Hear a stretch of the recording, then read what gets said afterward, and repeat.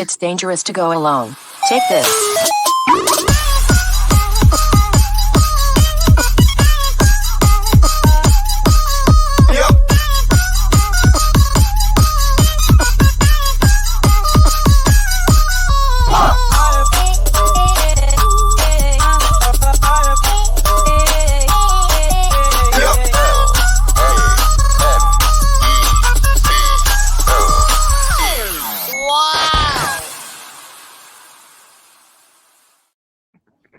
Welcome to Nerd Breaking News. This is the third and final episode of the NBA preview.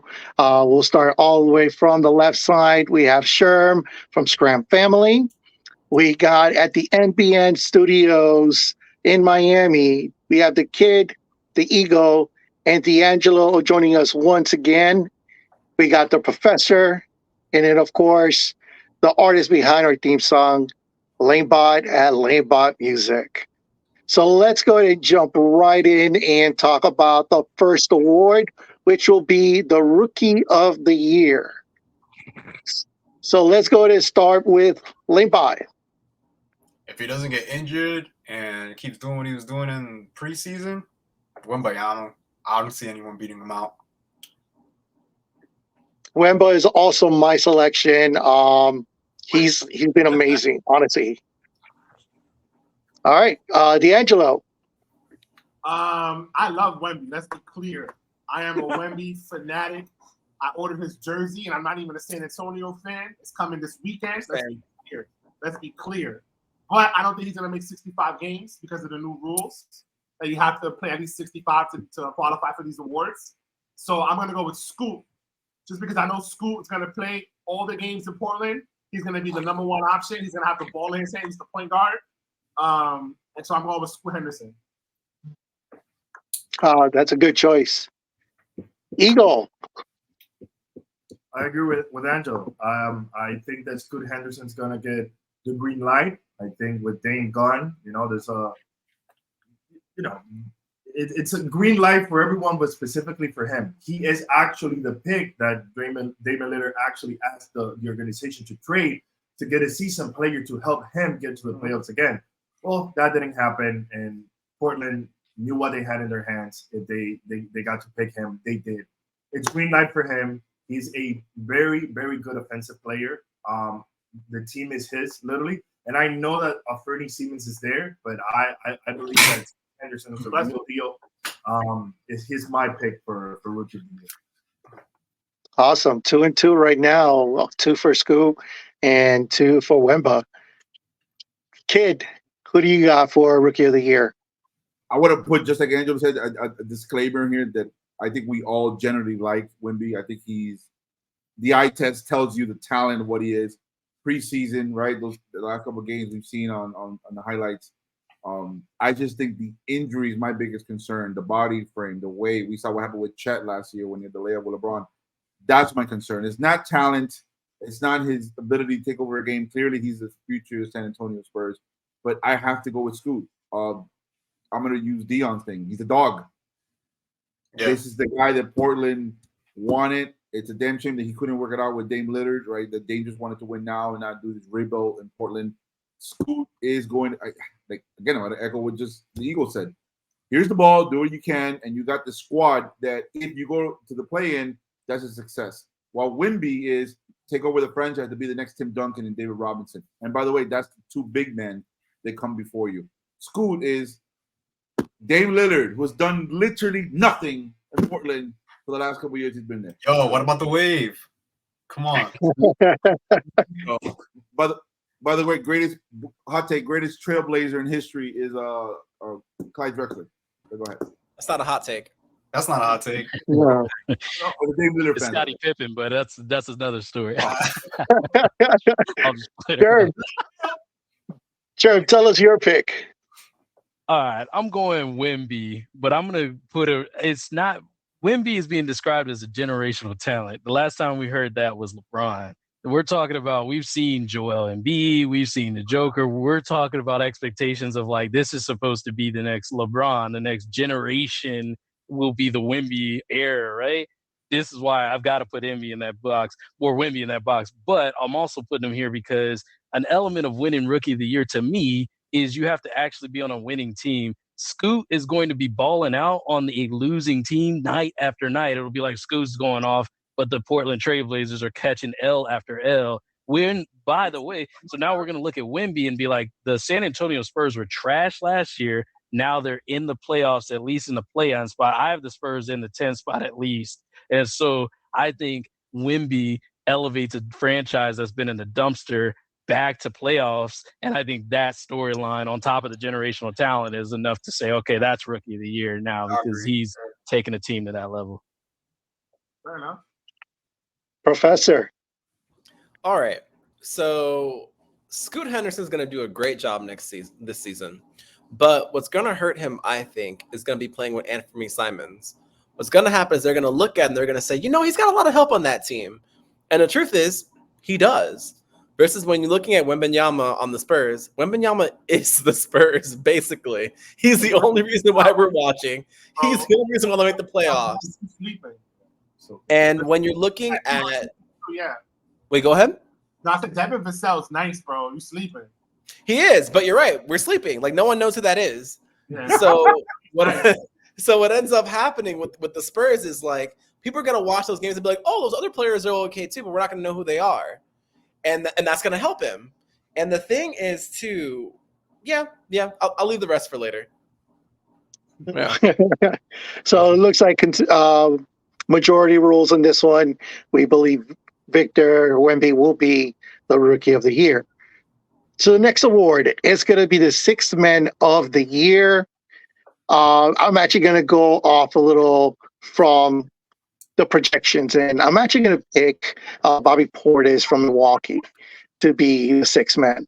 And the reason why is because this team is going to be winning a lot of games, and it's going to get a lot of minutes to go out there and do what he does, where he could come off the bench, average double-doubles, he's getting the sixth man. Good pick. Oh, Lord. Bobby I think it's a good take, too. Why are y'all giving the man a hard time? I don't know why. I think it's a great take. Yeah. I agree. Woodward.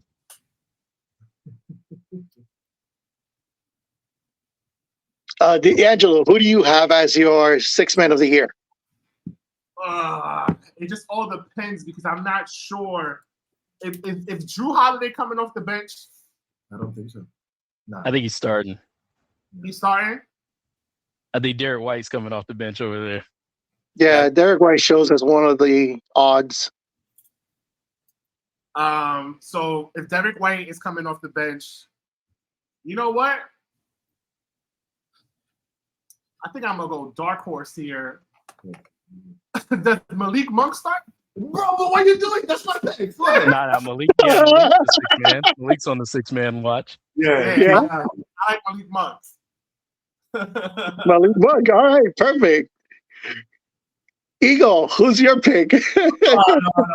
No. To be honest, I'm sorry for that reaction because you know what? You saw the future. Yeah, That's what's gonna happen. Okay, and listen, the hate tax is gone. Okay, it's all love to the Kings, and right now we're gonna give love to Malik Monk. Sherm, don't do that because you saw him play with the Lakers. Okay? He was good. He had like a 40-something% 3-point when he was on the Lakers. Thank you. We hear the theme, right? The Lakers birth all your favorite players, right? We hear the theme, right? I just want to make Who did they do that year? Lonzo, number 2. Over DeAndre over Fox? Yes, sir. That's what I'm saying. Hey, everybody makes mistakes. Typical Lakers. Yep.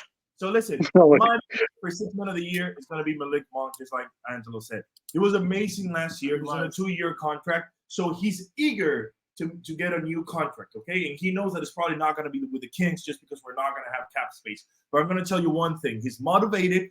As you all know, Malik Monk comes from the University of Kentucky, where he played with another all-star named who? The Aaron Fox, okay? They're buds, they're teammates, and whatever, they're best friends, okay? Their chemistry showed up last year, and this year Malik Monk is finally gonna get the award, okay? He's finally gonna show up. The Kings are gonna go all the way, even further than the first round. But as far as Malik Monk goes, he gets the sixth man of the year award. All right, kid. All right, man. I'm gonna eradicate that Bobby Portis pick. Like anytime Bobby Portis is surrounded in a basketball, you know bad things are gonna happen. I'm gonna pick Clippers Norman Powell. Go look at his stats because you know that the main two dudes are gonna get injured, Paul George and Kawhi Leonard. By definition, he's going to play. So he's going to start off technically as a sixth man, but by game 5, when these two guys are injured, Norman Powell's going to come in and his stats. He averaged 17 points last year, the year before 21, even though he only had 5 games. Then in Toronto and Portland, you knew who he was. He was that guy who was giving you 14, 15 points. In the Clippers, look at last year. He did his job. He's going to do it again this year. And again, we all know that technically, by definition, he's going to be a sixth man because these dudes are the starters. But just give it 6 games. Just give it by the end of the month. What season starts next week? First week of November, November started. That disqualifies him, doesn't it? By definition, he starts off. I know the rules of 6 men. I don't know how many games they have. Well, listen, if Bobby Portis is being mentioned. Wow. I think our argument was pretty solid. I think he was still winning it. I like Bobby Portis too, but No. You said Malik Monk. I did, but Okay. I like Wasn't Bobby Portis in that team that lost with USA Austin team? Okay, Yeah, go ahead. Go ahead. he's Go still ahead. a great Oh my player. God! All right, sure. Go ahead. Who do you have for your sixth man of the year? All right. This is a piping hot take for the 6th man because it sets up where I'm going right now with this hot take, which is my team to come out of nowhere and shock the world this year is the Indiana Pacers. The Indiana Pacers are the team, to me, that are primed to set up a great run in the playoff. I think they're going to make the playoffs, and I think to do that, they're going to have to turn to none other than Buddy Hield, who is my 6th man pick. And so I think every person on the Indiana roster wants out of Indiana. Who doesn't want out of Indiana? And so I think they will have the most motivation. Buddy Hield is mentioned every single year in trade talk. Miles Turner is mentioned every single year in trade talk. Bruce Brown, fresh off a championship, got shipped to Indiana. He's ready to put on a show. And I think that sets Buddy Hield up to be 6th man and just put on a show every night. So Great pick. It really is. It really is. All right, Professor, who do you have? I think Buddy Hield will do very well next season, but he won't be on the Pacers long enough to do it for them. So there's that wrinkle. He ends up on When the it- Lakers in December, right? What was that? When he ends up on the Lakers in December. Finally. Yeah, I mean, maybe he can get 6 man there. That would work. Now, for this pick, I think that makes sense too. And I almost went in that direction, but unfortunately, I have to concede that it probably should be Malik Monk. Because when you're looking at the Kings and you ask yourself, who would the Kings be without Malik Monk? The answer is actually nothing. The truth is that by adding Malik Monk, they got such a dose of life that's kept the lights on ever since. They've been lighting the beam ever since. And a lot of that credit has to go to Malik Monk, unfortunately. So yeah. And Steph. Yeah. Like I heard Bobby Portis. All right, so consensus. We have chosen Malik Monk as the 6th man of the year. wait, Next category. Wait, LAMEBOT, I didn't. LAMEBOT. Oh my God, I forgot about you. My bad. My bad. I'm blaming Go for it. Go for it. Who's your pick? I'm pick Malik Monk. I'm gonna say, like, look, I'm stuck between 2 players, and they're both Celtics. So it's either gonna be Derek White or Malcolm Brogdon. I think they got the best chance to be good in 6-man roles this year. He got traded. Yeah. Didn't y'all get rid of Malcolm Brogdon? He got Yeah. traded. Brogdon's gone, He's yeah. at the Blazers. He's gonna be 6-man for them. Yeah. That's what I'm saying. Like, if Derek White's 6-man for the Celtics, he'll probably will be. I think he's got a good shot. And if not, then I gotta go with Brogdon. He got it last year, right? Yeah, he did. He did. So I think, yeah, and on this Blazers squad, I think he'll get more than enough minutes to do it. And yeah, they'll probably not do so great, but he might ball out. That's why they're never gonna play him. That's exactly why they're never gonna play him. You're right. He has the talent. He absolutely has the talent. That's why he's never gonna play. I'll be like, no, rest your knees. Take the night off. The Knicks fan didn't pick Emmanuel Quigley, first of all. Because nobody should be picking that man. Okay. And secondly, does anyone know if Seth Curry is starting on Dallas? I don't I think forgot so. Dallas even existed. I don't think bro. so. I forgot Yeah, Because they got Luca and Kyrie, right? That's the 1-2 right there. Right. So I like Seth Curry as a dark horse for that. If he's going to That's a good go one. with Seth Curry. All right. That's a nice Yeah, but I think in total, I think everybody kind of decided. There was a couple for Malik Monk who wins that category. So let's move to the next one. We're talking about the most improved player. And we'll go ahead and let you start. LAMEBOT, my fault that I didn't do you before. I honestly haven't thought about this much. Yeah, can I go last? I really have no. Professor, let's go with you. I think it's actually going to be Anthony Simons. Not because he's gotten significantly better, but because no one noticed anything he was doing at all last season. And by having him lead the Portland Trailblazers and be the quote-unquote team captain, and folks being able to look at him and say, you know what? He looks just like that Damian Lillard guy. He's going to get those most improved player votes to get the recognition for basically being Dame Lillard 2.0. That's my vote. All right, Sherm? So I know it's some GSW fans in here, so this one might hurt. But the most improved player is absolutely, it won't even be close, is going to be Jordan Poole.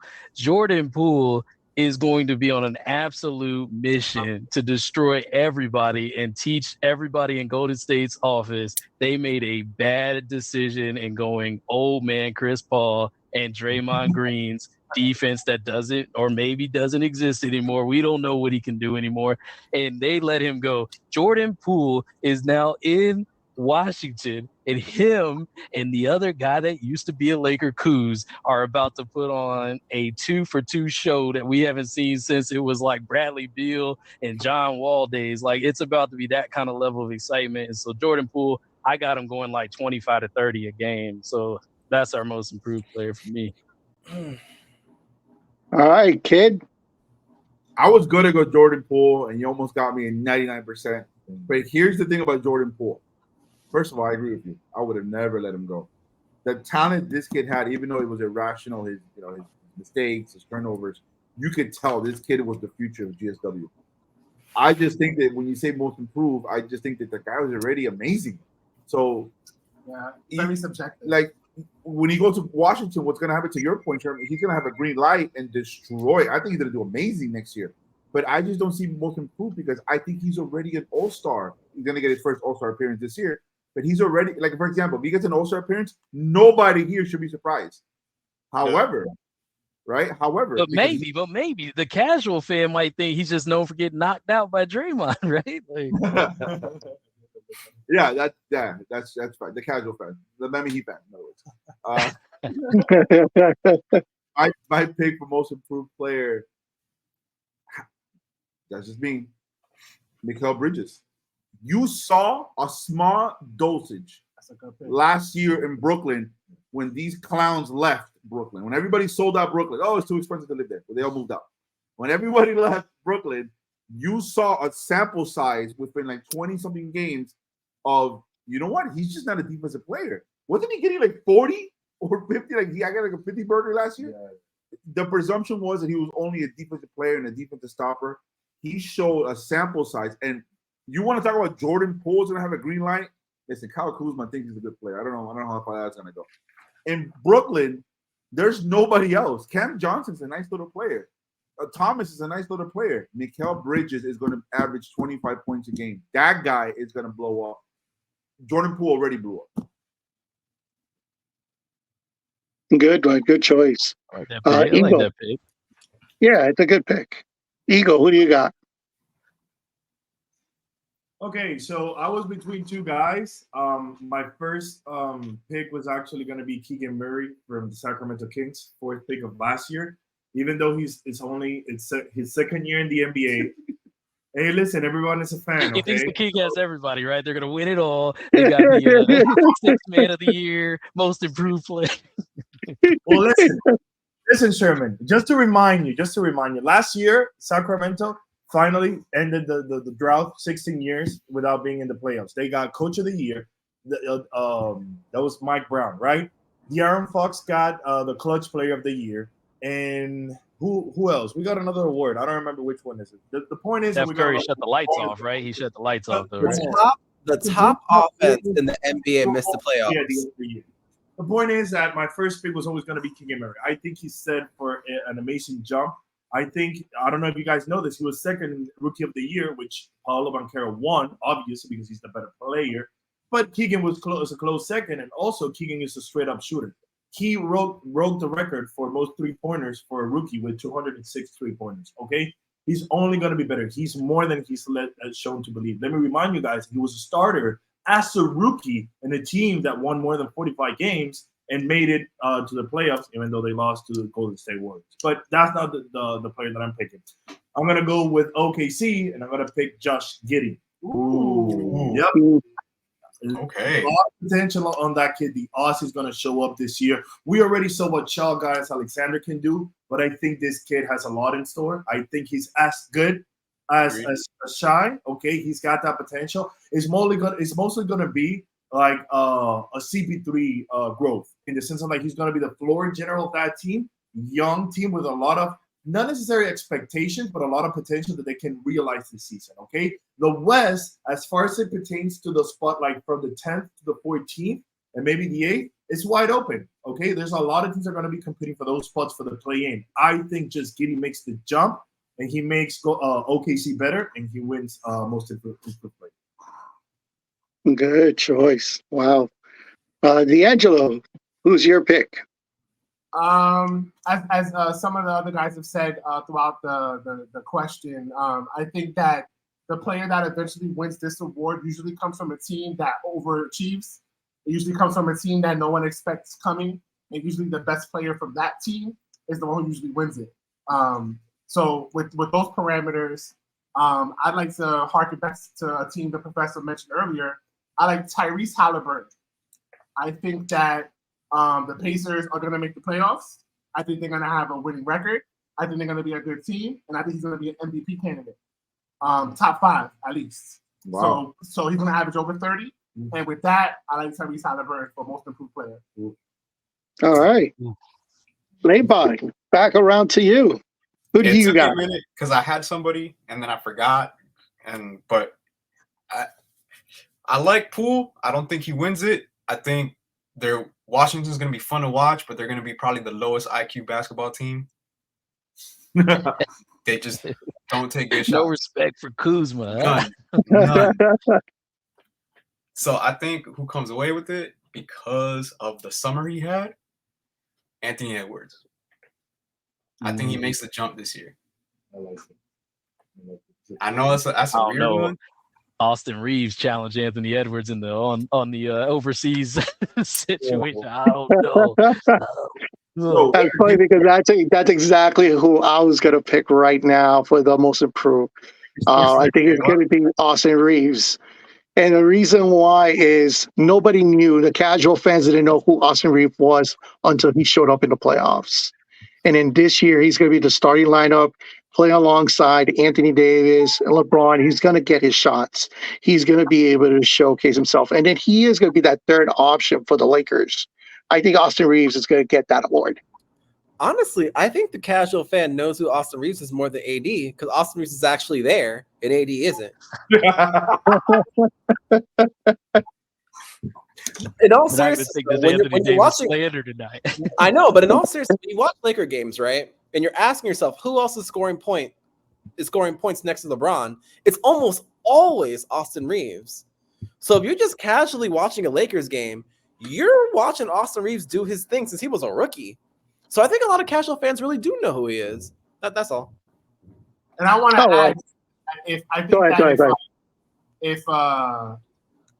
Zion plays more than 50 games or so, look out for him to be most improved because people really like him and have high expectations for him. And if he plays along a lot of games, I think he can win it. That man was drenched in sweat in a preseason game. I know. He's still out of shape, bro. I know. Yeah. He was tired. All right, so kind of all over the place. We really didn't have anyone say the same person. So, Actually, I changed my mind on one. Funny enough, the kid changed my mind completely about Mikal Bridges. I see it, and not to when you're looking at his career trajectory, it's a lot like Jimmy Butler's in the sense of you have a guy who's all. I take it back. No. But here's the thing though, like with players like that, if you get them early enough and you build a team around them early enough, you can really do a lot. And with Mikal Bridges, he's gonna really show who he is this season. And if they put talent around him pretty quickly, there's a lot he could do. He could yeah, I see it. well, there you go. Bridges has something coming to him this year, which is Ben Simmons is looking for that ball, and he has a point to make. So I think he's got an issue he doesn't see coming yet. Ben Simmons is gonna cry about his back tomorrow, and that's gonna be that. You ain't gotta worry about Ben Simmons is back. He's Jenner free, and he is back. He is one little back. twist, and he's out. All right, let's move on to the next category. It's going to be the Defensive Player of the Year. And let's go ahead and go with D'Angelo. Go first.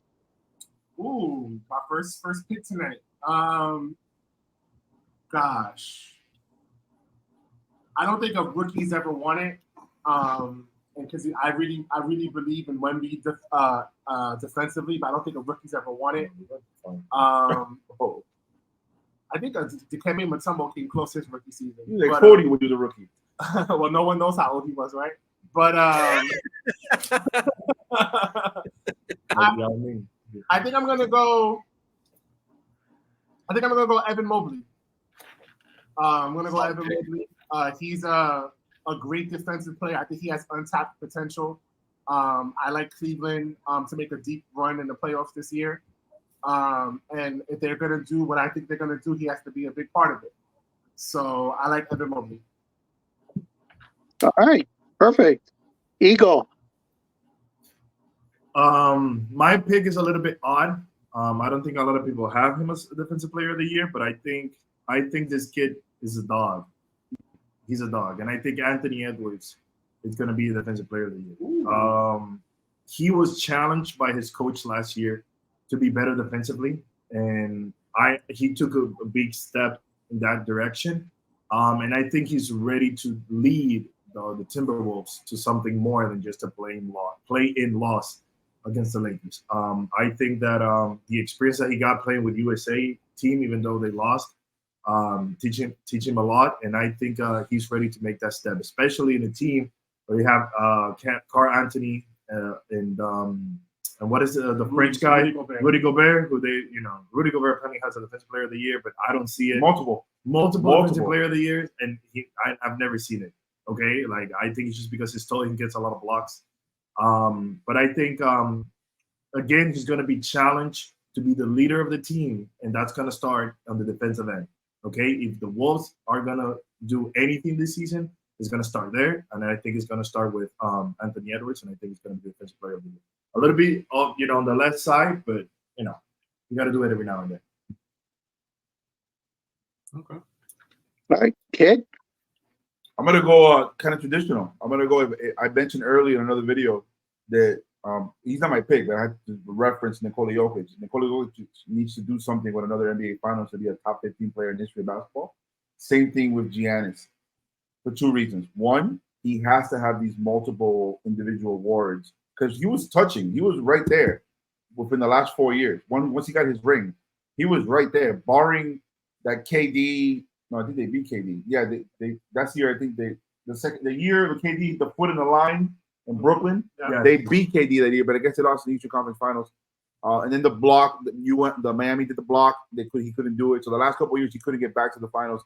And again, the second thing, the reason why I think he's going to win is you have to do something about Dame Lillard.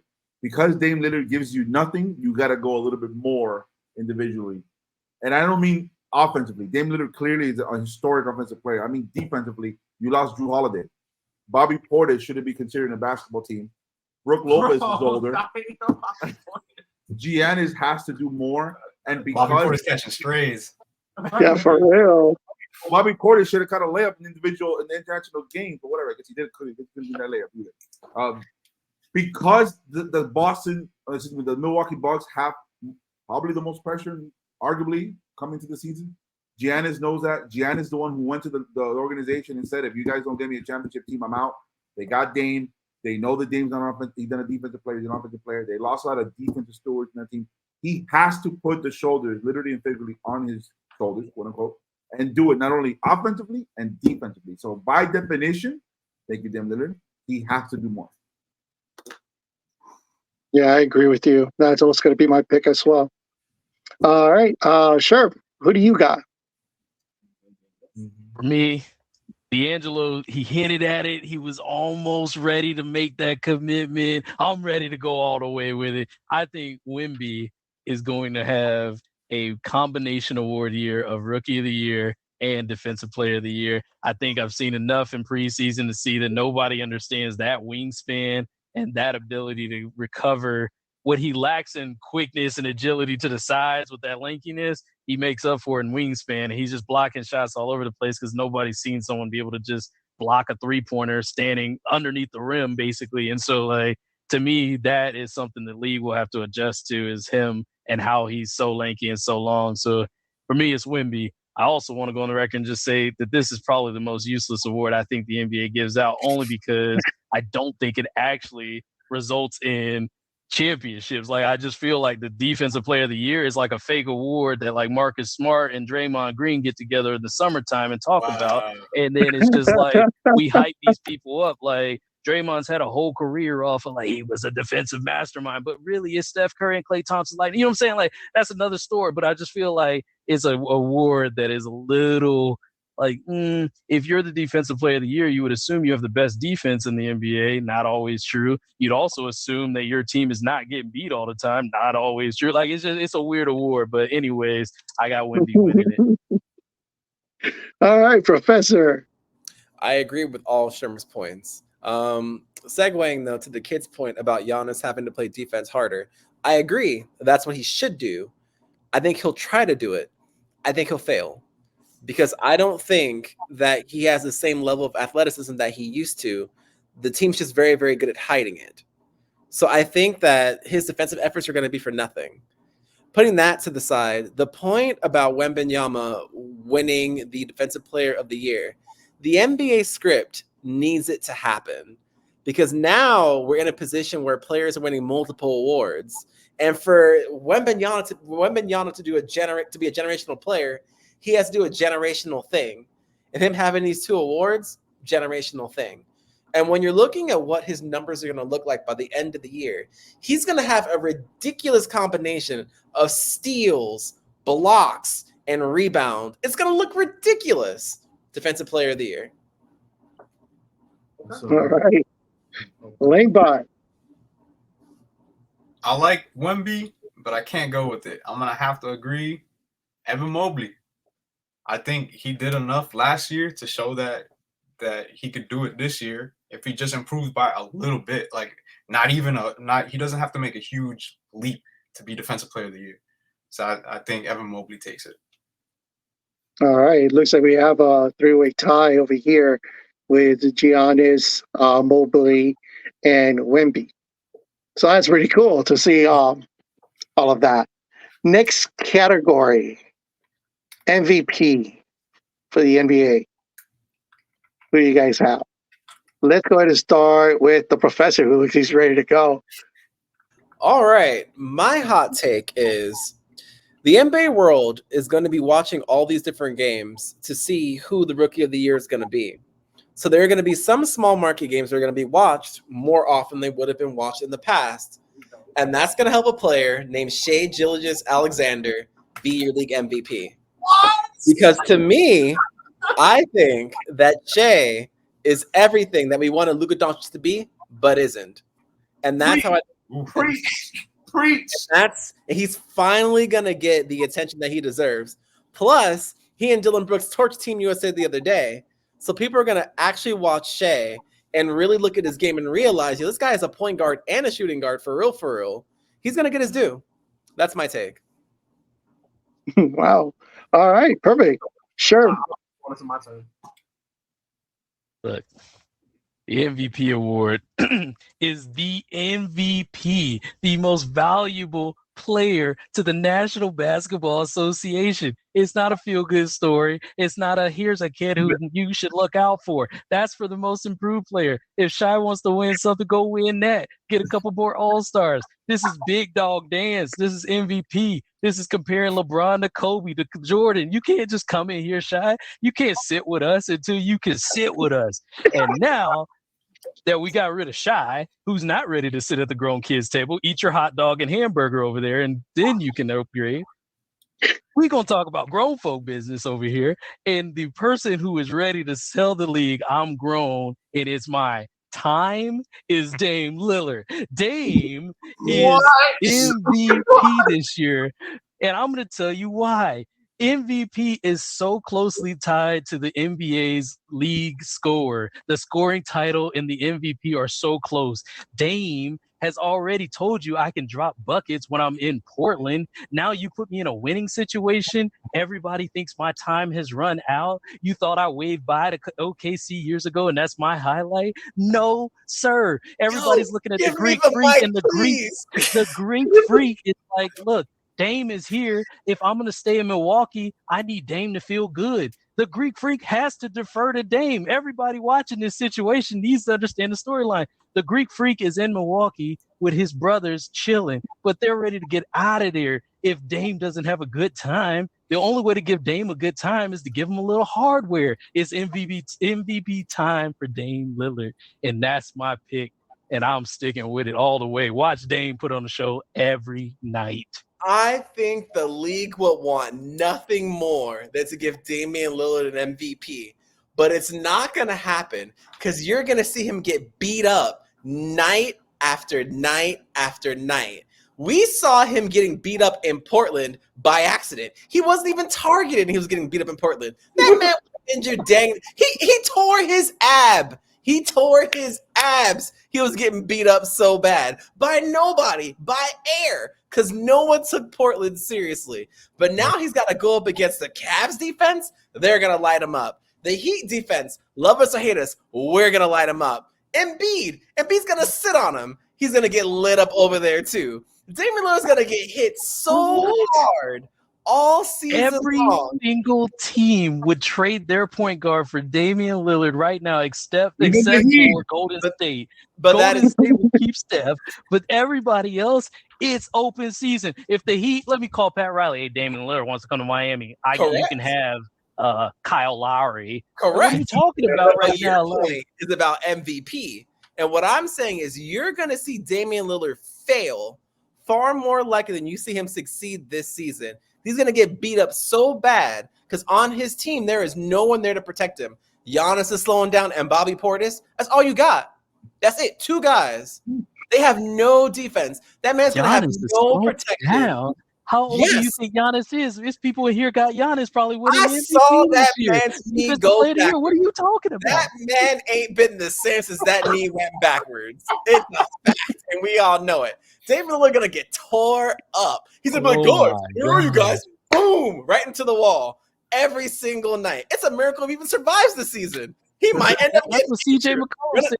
CJ McCollum's like, I'll go do it myself. And Nola, have you heard of CJ McCollum? Has anybody seen him with a beignet in hand? Like, where is he even at? Like, correct. We saw CJ getting lit up too. CJ got lit up in New Orleans. Lit up, bro. Lit up. Disrespect here. People were playing with Portland. They got lit up. That's how bad they are protecting themselves and how little they know about defense. They were getting wrecked, bro. Wrecked.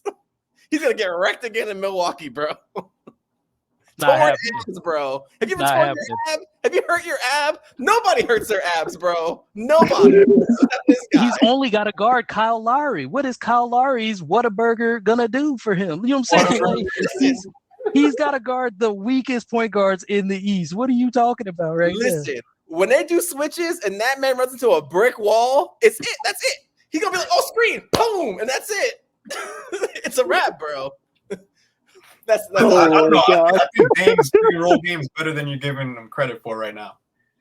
His pick and roll game is honestly nice. You'll Bro, see. Who do you Dame is have, the LAMEBOT? first ballot Hall of Famer. That's disrespect, right? For MVP? You're right. It is disrespect. Correct. For MVP, two things got to happen for this person to be Survival. MVP. Jokic has got to not care about basketball. Otherwise, I think Jokic takes it again. And Clay's got to have an amazing year, and I think Curry takes it. I So know you that's got kinda Steph Curry weird. winning it? Yeah, I think All so, right. man. I think people are underrating. As weird as that sounds, I feel like people are underrating Golden State. And I think if Clay has a nice season, it frees up Curry even more. And I think he'll be dangerous this year, more than usual. And he's All right. always in the conversation for it. So I don't see that as too far fetched. If Giannis was washed at 28 years old, we know Steph's 35 is definitely washed to the professor. He's already watching. He's watching these. I ain't never seen Curry's leg go backwards. I saw Giannis's leg. But I see Curry's ankles completely flat with the, you know what I'm saying? I see 90 degree with Steph Curry. Like, Listen, Giannis's knees were like a freaking geometry lesson, bro. That thing was an obtuse angle, bro. He was done, bro. Done, bro. He ain't been the same since, and nobody wants to admit it. they call him the freak for a reason, okay? Because he's doing real well with one leg. Yeah. All right, D'Angelo, who do you have? So let's be clear. Obviously, as we said in an earlier episode, I got OKC going to the finals, which everyone seems to scoff at. Yet the professor picked SGA as MVP. So if he has an MVP season, one would think he'd do well to make it to the playoffs. But I digress. The only reason I'm not picking SGA is because I think the Western Conference is obviously a better conference than the East. So SGA is going to have a lot more competition. So I think that he'll have the chops to win it. But I think that the person who will have more shine and an easier path to win it coming out of the East is Jason Tatum.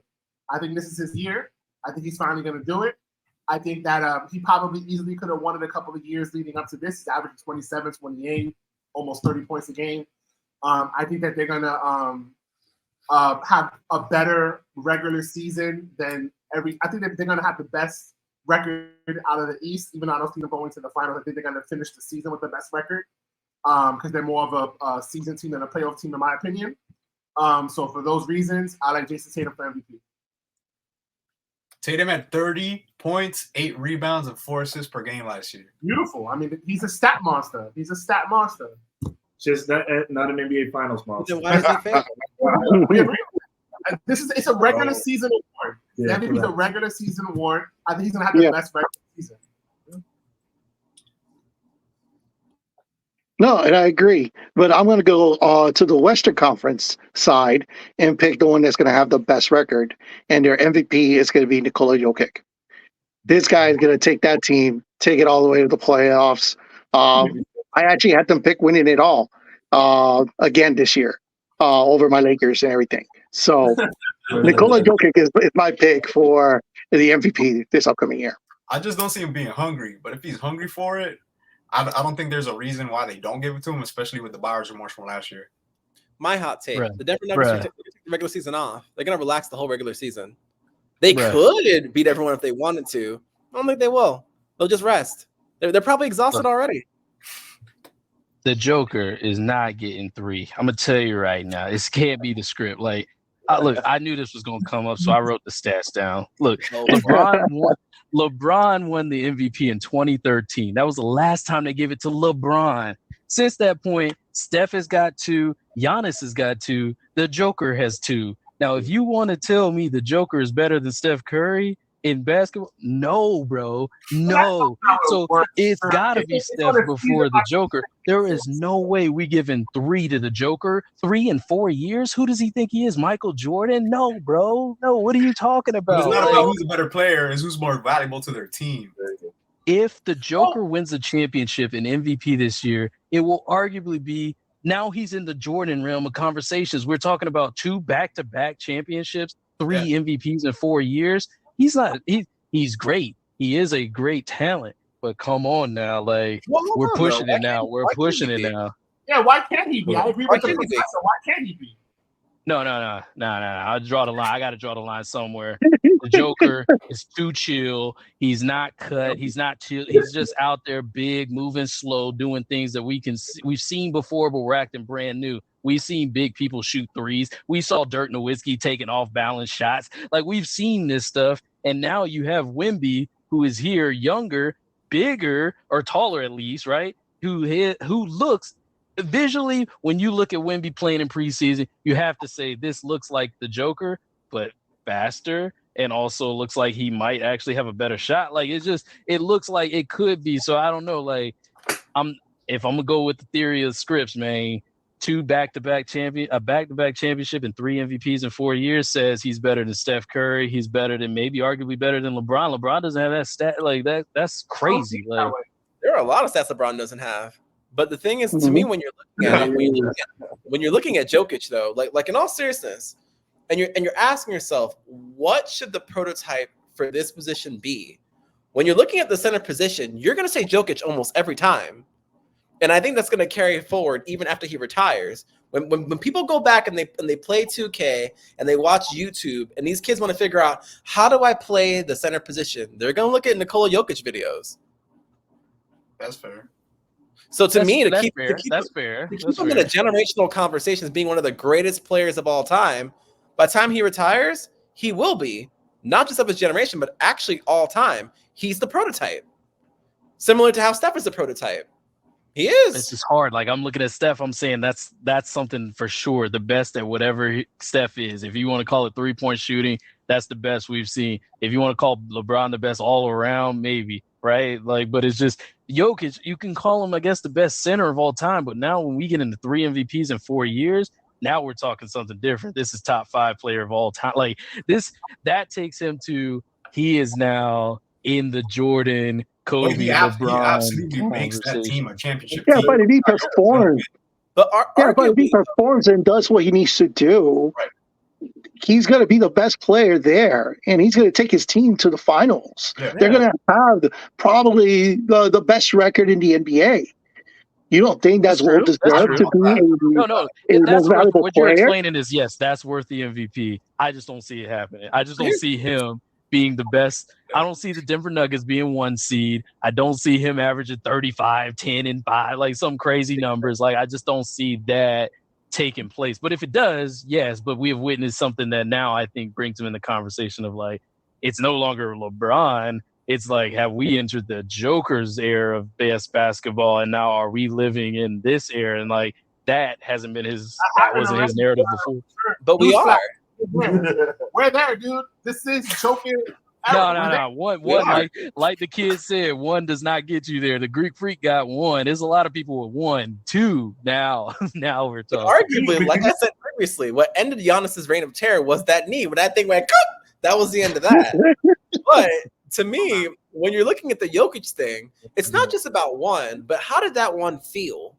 When the Bucks won the one time, you're like, maybe they can do it again. But when Denver won last year, we all collectively nodded our heads and we were like, yeah, they're going to be back. You felt it. It feels different. You know that whether it's next season, the season after, or the season after that, the Denver Nuggets will be back. And to me, I don't know. I feel good about Michael Porter. I feel good about Jamal Murray, but KCP and Aaron Gordon, up until last year, I thought Aaron Gordon was just dunking over cars. Like, I mean, Jokic effect. He played with Jokic and learned how to play his position exactly, and he was playing differently playing with Jokic. They ball, so it's respect to them, but I don't know. Like, and you said you trust bad back Michael Porter Jr. Bad back Michael Porter Jr. This man, I don't trust him at all. This is y'all saying he's going to repeat their back-to-back. Like Michael Porter Jr. even being available in the finals was a blessing to them. Like they need to just take it as like we had a good run because everybody was healthy at the moment we needed them healthy. Like, couldn't you make the argument that Nikola Jokic should have been a 3-time in a row MVP? But 100%. he cried to the NBA media like the punk that he is the only. Wasn't he leading ESPN in the rankings until Kendrick Perkins said that thing that he said? Yeah. That's exactly what happened. But here's the thing: it should be a 3-time NBA in a row. Which, by the way, nobody has done that in a long time. And to your point, Sherman, in historical fashion, I get it. Nikola Jokic is unconventional. He looks weird. He looks like a polar bear. Like he's not gonna outrun anybody. He's not that athletic. But you know what the problem is? He went on a historic playoff run that he literally dominated every single opponent in his way last year. Now, to your point, Sherman, you need to do it again. If it's only one time, we have a problem, Nikola Jokic. But if you do it again and again and again, for example, he only needs one more. If he gets one more, he's now an historic. Because how many championships does Hakeem have? 2. Just one. We look at Hakeem at the top 5 center. Yeah. Hakeem Olajuwon destroyed Shaq in the finals. Nikola Jokic just needs one more ring. That's all he needs. And he should be. I mean, but I agree. He is the best center. He is the best center I've seen. So I do agree with that. The thought of like we're probably witnessing the greatest center before us. But I cannot get behind. LeBron has 4 MVPs. If you give the Joker 3, now we are talking like the Joker is 1 away from LeBron. We're 4 is LeBron. This is let's just think of 4 is LeBron. Like, I don't know. Okay, but what is LeBron? That's my thing. What is LeBron? See, when it comes to all awards and everything basketball wise, LeBron has to be the barometer for everything. But when you're looking at it, and you're really being honest with yourself, okay, LeBron got 4 MVPs, yay! But at the same time, too, there are many other players in NBA history who have had more dominant runs than LeBron James actually has, but they don't get the credit they deserve. When you're looking at Jokic's game and what he's done, not only for the Denver Nuggets but for basketball as a whole, it's something that I think that if you're really being fair, it might actually end up being a little bit better for basketball and 4th position than what LeBron did too. Because I mean, LeBron, you just jumping from team to team. That's a little bit. I mean, look, Michael Jordan has 5. I'm looking at it right now. Jordan has the most at 5. Why isn't 5 the standard? Wilt Chamberlain has 4. LeBron has 4. Moses Malone has 3. Now, if you give the Joker 3, we are talking about he may pass LeBron and he should. Jordan. He should already have 3. He should. He should already. But he should. Right. Okay. So let's say he should have 3. They got 1 away from him last year. We're saying he's a 4-time back-to-back. If he comes back and produces the way he did last year, yeah, absolutely. Here's the thing, though. But that's a big if. That's a huge if. But we made that argument in the 90s. Mike won. What did you say? Sherman 5 in the regular season? Mm-hmm. From 1988, when he won Defensive Player of the Year and MVP, to 1998, and you take away the years he retired, Mike should have won against Karl Malone. In the documentary, when Karl Malone won the season MVP, what did Mike say? I guess he won it. I'll win the next one that really matters. Everybody knows in the 90s that Mike should have won at least 7. LeBron, I'm not the biggest fan of LeBron. LeBron has 4. That should not be the case. He should have at least 6. How many does Kobe have? 1? Kobe should have 3. Oh no, that's his finals loss. No, that's his finals loss. Finals loss though. Yeah, that's Kobe Bryant. Should have 3. Kobe's not a winner. Anyways, Kobe's not a winner. No, he's the finals loser. Anyways, 2. The slander tonight. No way. Oh. Who's undefeated? Okay. Anyways, he'll never be Michael Jordan. Anyways, that's he's better. He's the fake Michael Jordan. Anyways, he's better. Continue. He's better than Michael Jordan. Yeah. Go ahead. How? Facts. How?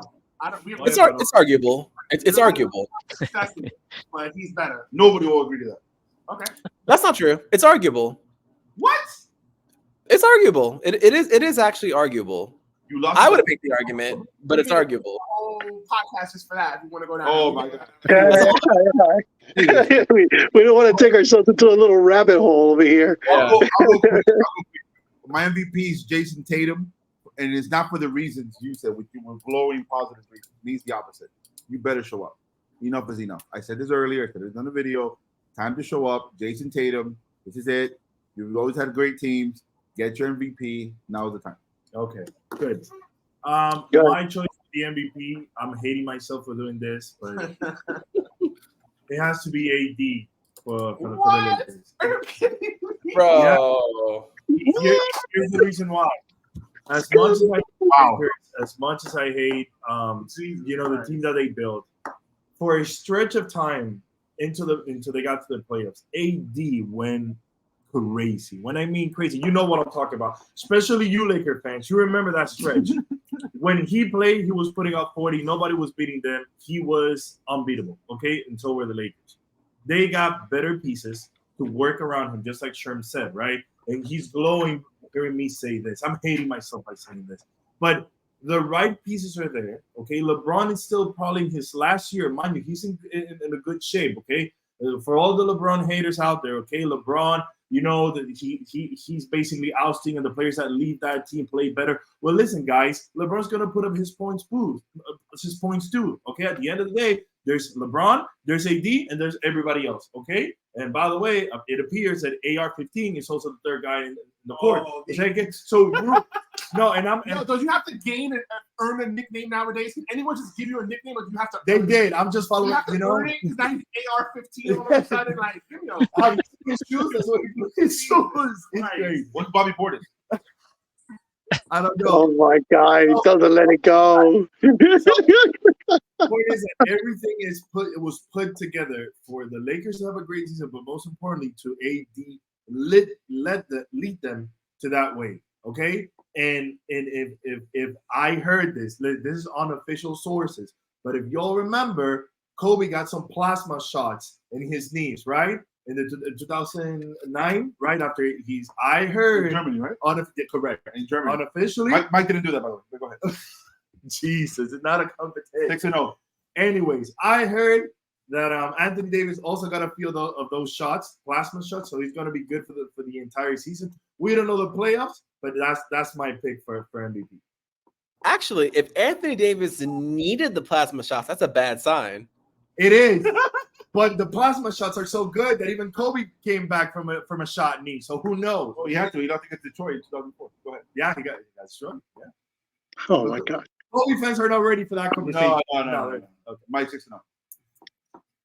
6-0. All right. He took a break. I mean, it was too much pressure for him. But that's another conversation. It was too much. You know what I'm saying? Like, he didn't win before he got started. It'll have to be another podcast. Conversation. That's a whole other. It'll be definitely another podcast we'll have to do. Everyone's gone around, or am I missing? All right, cool. So it looks like everybody already made their choices. So now I have a question for you guys. Who do you think has the most pressure to succeed this season? Can I go first? I'll go first. Yeah, I'm going to put it on Damian Lillard. Plain and simple. Damian Lillard created this whole ruckus, cried about trying to leave Portland, and it was everything that the NBA was talking about in the summer. You're in a better team now. You have one of the best players out there alongside of you. You better show up now. So I think he has the pressure to overcome anything that he needs to do to pretty much justify his actions. Justify his actions. What kind of slander is this? Dame Lillard stayed loyal in a city where they just loved him. He stayed loyal. They kept losing. He said, all right, I've had enough of losing. I'd like to get out of here and go team up with Jimmy Butler in South Beach. And then what happens? Just like any scorned lover, they're like, oh, no, Dame Lillard's doing this all wrong. He wasn't James Harden. He wasn't doing the I just want to get out of here so I can go see strippers and chicken wings. He was like, I'm just trying to get out of here and win games. Like, this is not the same storyline. This is not a star trying to force his way out. He was basically just like, get me out of here. We keep losing. You just got rid of CJ McCollum. Who am I supposed to play with? Scoot? Just getting, you know what I'm saying? Scoot just got here. Like, what am I supposed to do? Is he even CJ McCollum? Like, get CJ back.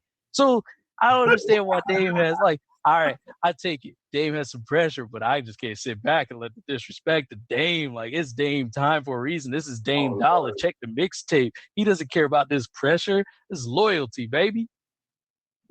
And you don't think there'll be a backlash if he doesn't perform as is expected from him? He asked to go to Miami. They sent him to Milwaukee. That's like you asking to go, you know what I'm saying? You want to get traded to your favorite place to go work, and they're like, nah, you got the greeter at Walmart. You're like, bro, I didn't ask for this position. You know what I'm saying? Like, it's like, how is Dame in the, like, he didn't want to go to Milwaukee. He told them, send me to Miami. They sent him to Milwaukee. If anything, Milwaukee needs to be there like, hey, whatever you need, Dame, for us to make it better for you. Like, it's not Dame's fault he's there. He's going to perform. And everyone should treat it almost like he gave them a gift by even performing the same way Donovan Mitchell did in Cleveland. He won't be in Cleveland, but that's what you show up and deliver. He delivered. Dame is going to deliver. Okay. So who do you pick?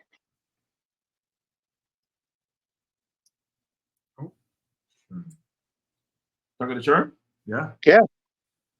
Oh, who do I pick? I thought we were picking players. So I guess we're picking players that got to deliver, but I'm going to go with a team. I guess I'm going to say the Clippers. Oh, that's actually going to be the next pressure. question. That's going to be the next question. So I'll tailor it back then, and I'll say the person with the most pressure to deliver is Kawhi Leonard. He is the one who's under the most pressure because they hyped up the Clippers. They've brought in everybody around them. We've seen Patrick Beverly on TikTok, all this stuff. Like, we've seen all these people in and out. Russ is here. Now Russ is the savior. No, now Russ is the problem. This is Kawhi's time because we have an entire legacy of where we thought Kawhi might even be the best player in the league. And now all of a sudden we're wondering if Kawhi can even play basketball. Will he even play 65 games a year, let alone be the best player in the team or in the league? Like, is he even better than PG-13? We don't know. And so I think he has the most pressure to preserve his legacy. Otherwise, whatever he delivered in Toronto and with the Spurs will be forgotten. He will always be that injured guy who just went to the Clippers and milked it and started wearing New Balances. Like, so he is under the pressure of a lifetime. Is Kawhi Leonard for me. Kid. I'm going to go with the same. I'm going to copy and paste it. I'm going to re-say it, what I've been saying the last couple of videos. Jason Tatum. It doesn't stop. I'm on him. Oh, hey, listen. Somebody has to be on him. Couldn't make a layup against the Heat. Jason Tatum has to hit the most pressure. You would think it's Dame Lillard, but the problem is when you've done nothing, one is more than zero. So Dame Lillard doesn't have that much pressure on. Jason Tatum needs to show up. Again, I said this over and over and over again. It's not because of the lack of team. It's not because of the lack of coach. I feel like he has. I don't know if we're watching the same games.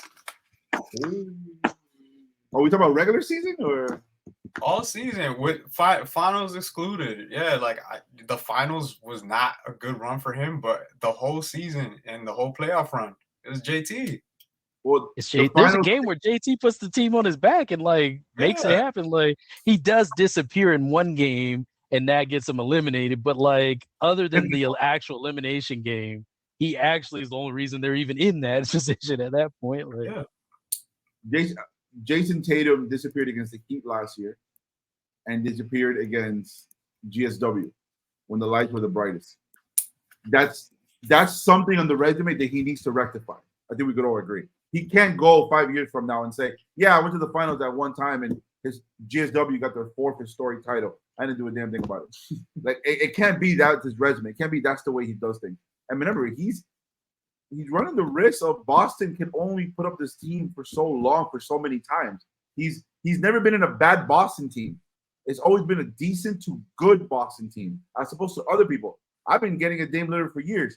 Dame Lillard had playing with a bunch of YMCA dudes. So we have to give him the benefit of the doubt.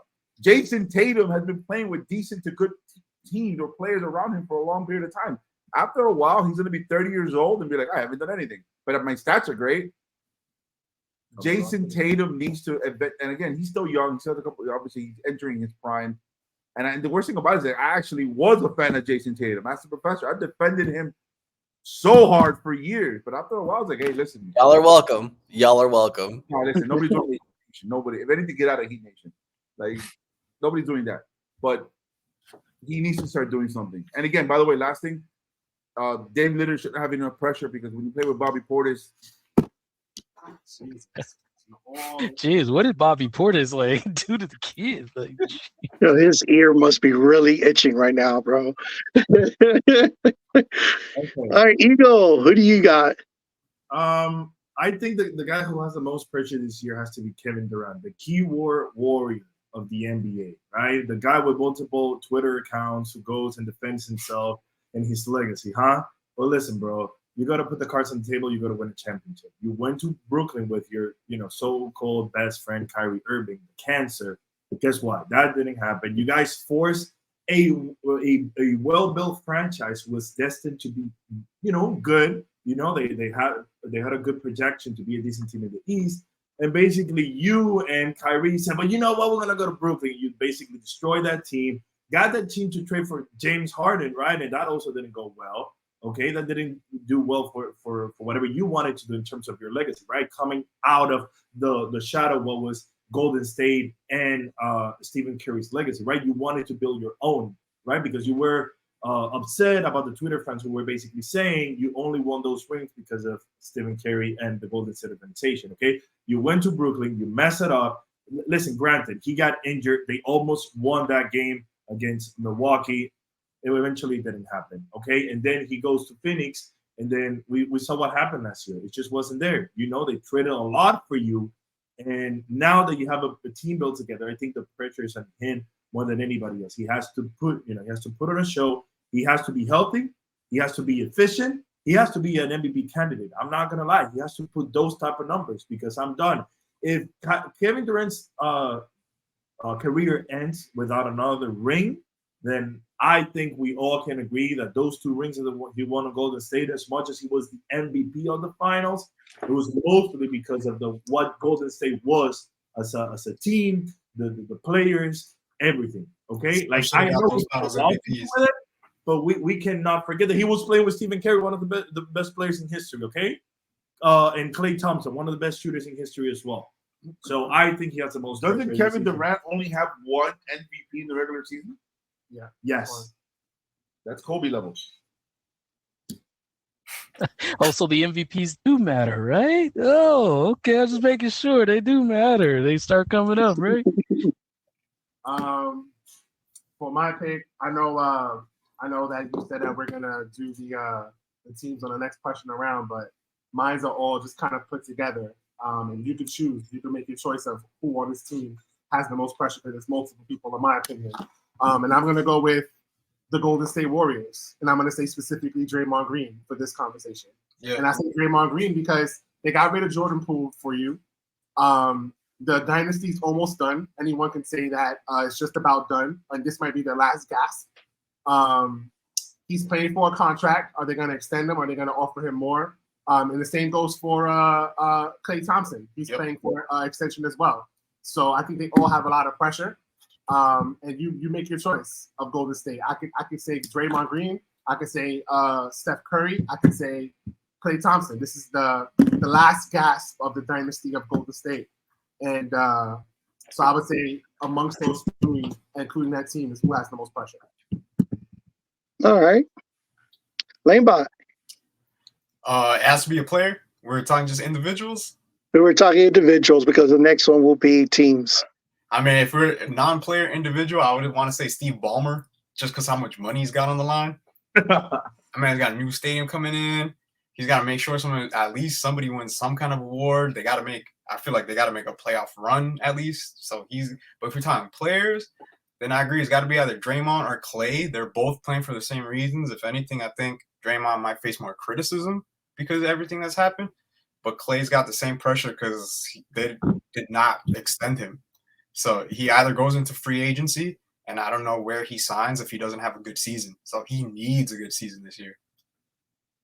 What does a good season for Draymond even look like? You know what I mean? Like, if you ever look up Draymond's stats, you'll be like, why are they paying this dude for real? Like, I'm sure Draymond is great at basketball. Let me just say that. I know it's going to be published.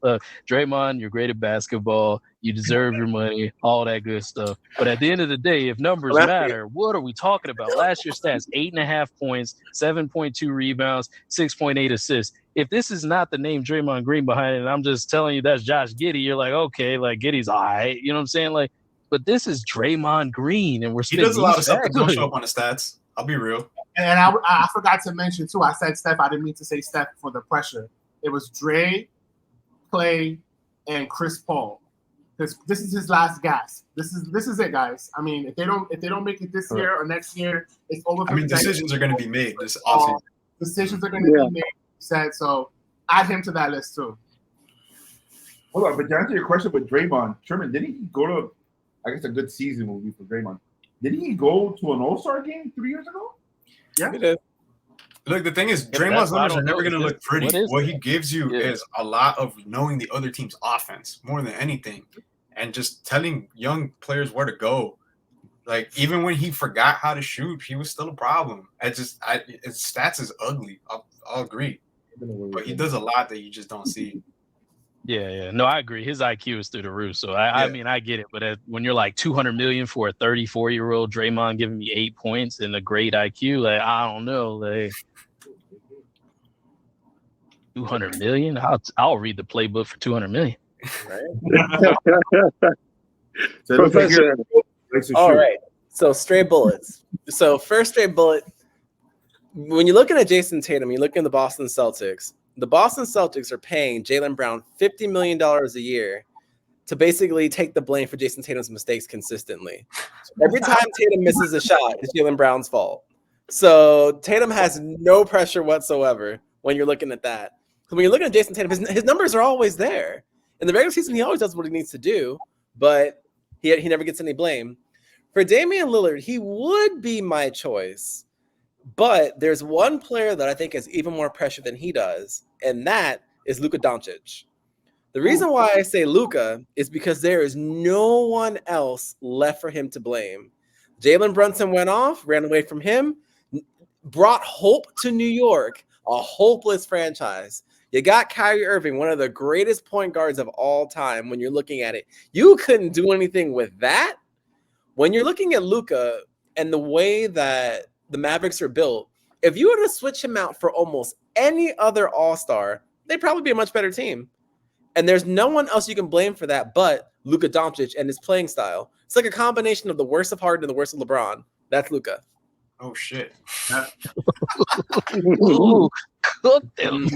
Good take. All right, so who is the team under the most pressure? I'll Go start for that it, one. Sherm. I mean, that's easy for me because I love this team. It's got to be the Celtics. I really feel like they need to make a good playoff run in order to, prove that they made the right moves this offseason. They need to at least get back to the Eastern Conference. And I think as an organization, they need to raise 18 soon. All right. Professor. The Golden State Warriors are in a dangerous position when you're looking at it. You've got Chris Paul about to fall off those books. Draymond about to fall off those books. Clay about to fall off those books. Do you extend them? Do you trade them in the middle of the season? What do? They have to watch those guys every single day to see if they produce.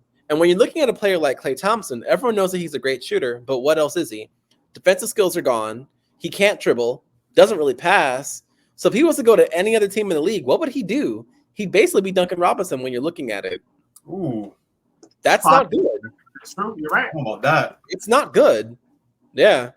So Golden State. I'm going to go ahead and say it's all about getting the championship over with the Lakers. I think they have the most pressure. They have a team now that they put together so they could get over the hump and get back in the NBA Finals. So I'm putting it on the Lakers.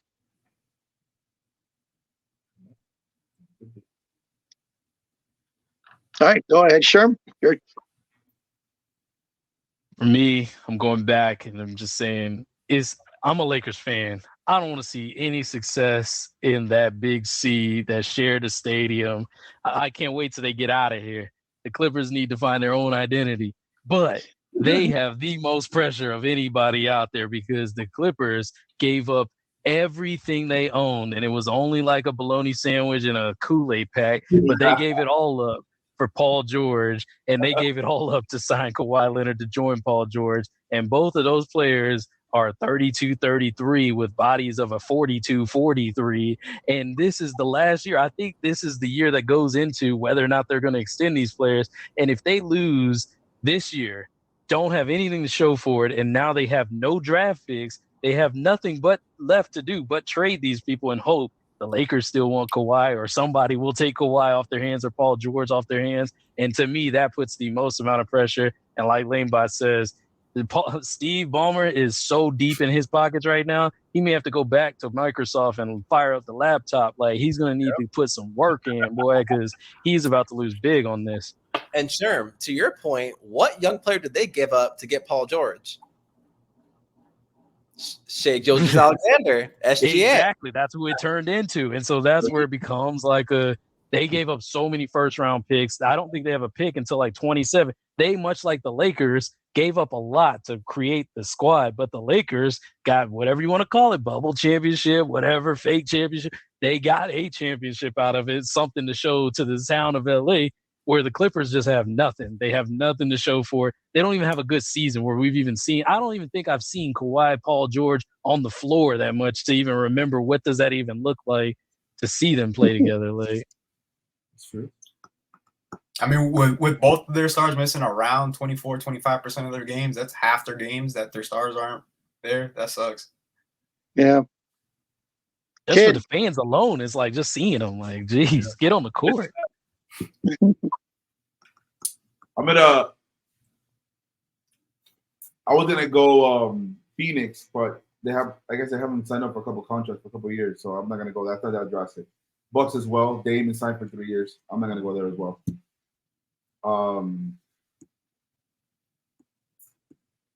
The most pressure has to be the Dallas Mavericks, and here's why: not to win a ring. Yeah, I'm not talking about rings. Mark Cuban and the local news, the Dallas News Star, Morning News Star, they already reported the importance, like somebody said earlier, about playing with Kyrie. Luka's leaving. That's the rumor going on the last 2 years. Dallas has been doing the last year and a half, ever since they went to the Western Conference Finals against GSW, and they blew up that team, which they should have never blew up that team. And then they got Kyrie, and everybody knows that Kyrie, you can't win with him unless you're LeBron. Dallas they're walking a very fine line of this guy leaves, you're going into Spurs type 30 years, good luck with this, you're in the basement kind of thing. They have to be very careful this year because last year, I think you said earlier, Dallas was, I think, the 4th seed in the very quarter of the season last year. Dallas was the 4th seed in the Western Conference.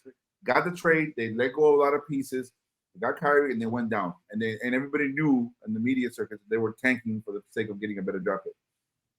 Mark Cuban already said it, that they're having issues with the idea of Luka Doncic re-signing because this is not the future of the Dallas Mavericks. The core that is now is not the Dallas Mavericks future. They need to be very careful this year and in the next year because Luka Doncic, I think, becomes the free agent in the next 2 years. He walks out or 1 year? Huh? No, I want to count you when you're done. Okay. He leaves, Dallas becomes done what they had in the 80s and the 90s before they drafted Jason Kidd. They need to send him to Utah. Pack his bags, send him to Utah. Get it done. Now, Kid, you think that Luka Doncic will be the first player in NBA history to turn down a supermax to leave Dallas? Absolutely. He's European, bro. They're different, bro.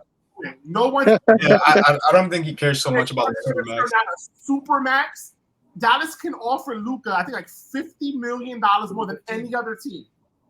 He's going to turn down a supermax to leave Dallas. Have you seen Luka Doncic? He's not from here, bro. Correct. Luka Doncic, but it will be the biggest contract. Not only a super, I think it'll be the biggest contract of all time. Where you from, bro? No, and that's a valid point. But what I'm saying is that look at Doncic when he plays these international games with his country and all that stuff. Look at the way he is in international games and then the U.S. games. And to LameBot's point earlier, his game style and the way he plays is either you love it or you hate it. Right. But what I'm saying to Luka Doncic is, I get it. The money's going to be on the table, and Mark Cuban's going to come. He's a great businessman. He's going to give him the super. I get it. I think Luka is not like these people. And by the way, with the new CBA, the supermax for 2026, 2027 is like $200 and something million. It's like it's like so much more than what it is right now that he could sign a supermax for 5 years, and by the end of it, he'd be making like $80 million a year or $85 million a year. You think he's gonna turn that down to go play with anybody? Here's no, why. he's gonna stay in Dallas. Yes. Here's why, real quickly, and that's a great point. I'm not gonna lie. Money talks. Yeah. Luka Doncic, go look at the first 5 seasons. Mind you, I wasn't a Luka fan until last year. Ask this man. I was hating on Luka. Luka Doncic, the first 5 years, he was All-Pro 4 times. That's more than Steph Curry or tied to Steph Curry. He's an historic individual. Look what he did in the bubble, right? In the bubble, he single-handedly came back 3-1 against the Clippers. He averaged in his first 2 seasons in the playoffs over 30 points. Again, Luka Doncic as an individual, nobody can take away his talent, what he's done the first 5 years in basketball. I'm saying that eventually those little accolades he's getting look, the last 3 seasons in basketball, who's been the preseason favorite for MVP every year? Luka Doncic, right? The media loves Luka Doncic. And then he's gonna look around and be like, damn, everybody's winning. Everybody's winning. And I think that'll be the next one. He's only what, 24, 25? He'll sign this supermax for 5 to 6 years. I don't think and sign another one at 31. I don't think he's happy playing with Kyrie. Bro, there's no way he's gonna turn down the supermax. There's not one player that has been drafted by his team, been an All-NBA player, which qualifies you for signing the supermax, and has not signed it. They all done it, and then they pressure themselves out after the fact. See Paul George, see Anthony Davis. So you're saying he'll sign the contract and then they muscle their way out after the fact. I don't think he'll do that. But here's the problem though. Now what you're seeing is teams are tired of these players trying to muscle their way out, and now they're sending them to places where they don't want to go. So if you're a player now and you're about to sign on the dollar, you're like, dang, they might send me to Utah. Let me go ahead and take control over this now. And that's probably where they would send him to, freaking Utah. So what he has to do, Donovan Mitchell. Exactly. Look what happened to him. So what he needs to do, and then they bitch and bitch. Oh, I don't know if he did. Then they argue, and then they muscle their way out. You're right, but their way out to where? Not where they want to go. The last player to go where they wanted to go was Anthony Davis. So the thing is, when you're looking at it, when you're a player like Luka Doncic and you have that much talent, you have to win something. Otherwise, we're going to talk to you like we talk about Tracy McGrady. And that's not, if you're Luka, you can't live like that. It's better that he goes to a team actually like Boston, switches places with Jaylen Brown real quick, is with Jason Tatum. And doing something like that makes more sense for him because Tatum can go ahead and be their golden boy, and I can just hoop and be better than him in secret. That for Luka Doncic makes more sense. Also, when you're looking at supermaxes, the way we do the math is we're like, okay, it's like it's supermax or nothing. No, it's supermax versus the regular max. And typically that's about, I think, like what, a $10 million a year difference? Something like that? No, I think it's like is that correct? No, I think it's like $50 million difference. It's a huge difference. Wait, you don't think he gets I mean per year. Right, no, yeah, I mean in per 1 year. It's like 10. Yeah. So 10 per year. So all you have to do is pull a LeBron, for example, and you get really creative about how long your next contracts actually are, when you have your option years, when you don't. And if you wait for those time periods where the cap increases, you can get a lot of that money back. That's how LeBron was able to do it for so long. My point is there are ways to get back that money. So the fundamental question is, how much is winning worth and how much are championships worth? And if you're Luka Doncic, they need to be worth a lot. Otherwise, he's Tracy McGrady. We shall see. Well, James Harden. Luka is currently hurt right now. And he was hurt last year. And so this, I think, leads to the point of, I don't think he's turning that supermax down because I don't think Luka is not LeBron in terms of body and physicality and being able to say, I've been available all this time. One thing LeBron has been is an Iron Man in terms of his career. And so in the years where Luka's 24, LeBron at 24, he was not getting injured. And he knew he could bet on himself to be available. Luka is playing international ball, and he's playing it at a high level during the summers, and he's not giving his body the rest. And he's also out of shape. Most of the seasons he's been out of shape. Now he's finally starting to lean down. Luka's not turning down 50 a year off of just pure. He knows he's not catching that money later because he's not LeBron when it comes to health and staying healthy and being available. So to me, he's got to sign. And if he wants to try to trade out of that, good luck in Utah but I'm going to cash these checks. Go ahead, Professor. Go ahead. But here's the other question. If you're Mark Cuban right now and you have Kyrie Irving right here, who I don't even like that much, to be honest, and Luka Doncic right here, who are you building your team around for real? For real? Are you gonna go to Luka and say, "Hey, Luka, who do you want to play with?" Or are you gonna go to Kyrie and say, "Hey, Kyrie, who do you want to play with?" What are you gonna do as a business If I'm decision? Mark Cuban, I'm looking at both of them and I'm saying, look, I will pay you. Thank you for your time. I know you both want out of here. I'm about to get the biggest haul, the Sam Presti package, the OKC level package, and we're getting rid of both of y'all. Kyrie, you cannot build around. Luka, you cannot build around. We've seen Porzingis, Jalen Brown. We've seen too much. So at this point, if I'm actually thinking, if I'm Mark Cuban, this is the best thing that could ever happen. I have two people that have value, and I can turn these into first round draft picks, and I don't care. I'm gonna go get my Wemby next year. Like if I'm Mark Cuban, I'm thinking, what difference does it make? You're not winning now anyway, so you might as well Sam Presti this thing and go ahead and be like, let me just stack up these draft picks and go in. I'm gonna have to chime in and disagree for a second, because as much as Kyrie Irving is like you can actually trade him. He's dispensable. Like you don't need Kyrie Irving, but a talent like Luka, I know that there's a lot of criticism about, is he in shape? Is he motivated? Is he playing for something? All of that I agree and I understand, but at the same time, there's no first round picks that are worth Luka Doncic. Okay. And also, Mark Cuban is not gonna go for that. He loves the European. He sees the new Dirk Nowitzki in this guy. He's just not going to do it, okay? He's literally going to put the money on the table. He's going to say, is it 50 million that it takes, a super max for you to sign, and you're committed to the Mavericks for the next 5 years? Yes, okay, then sign here. I'll give you the money, because at the end of the day, a star like that, it's only every now and then that LeBron decides to go to the Lakers, guys. It doesn't happen as often. And like you guys were saying, this isn't Mark Cuban saying I want to get rid of Luka. This is Luka going to Mark Cuban and saying I want out, but before I go out, I'll help you get the most Luka for at the me. same time is also conscious of the situation. I'm not in shape. Who's gonna treat me like Mark Cuban is treating me, giving me all the green light to do whatever the F I want? Rick Carlisle got fired or got let go or something like that in Dallas. One of the only coaches who had an NBA ring in the NBA. Luka controls, if anything, the Dallas Mavericks organization, and he's Mark Cuban's little girl. It's just going to be like that. He's not going to leave that situation. The money's there. The control is there. It's more of like, is he going to wake up one day and say, you know what, I really want to play basketball for a bit? We said the same thing about James Harden. Oh, but James Harden, same thing. Well, James Harden, there's a sucker born every day. Somebody will take Luka. James Harden was traded. He never got a chance to sign the super max. They chose Ibaka over. They chose Ibaka over James Harden. He never got a chance to sign. Correct. I mean James Harden in Houston. Yeah, Houston James Harden. The super max though. He signed a regular max. Mm-hmm. If he didn't qualify for super max, they didn't draft him. You only qualify for super max on team that you get drafted. Yeah, you need bird rights.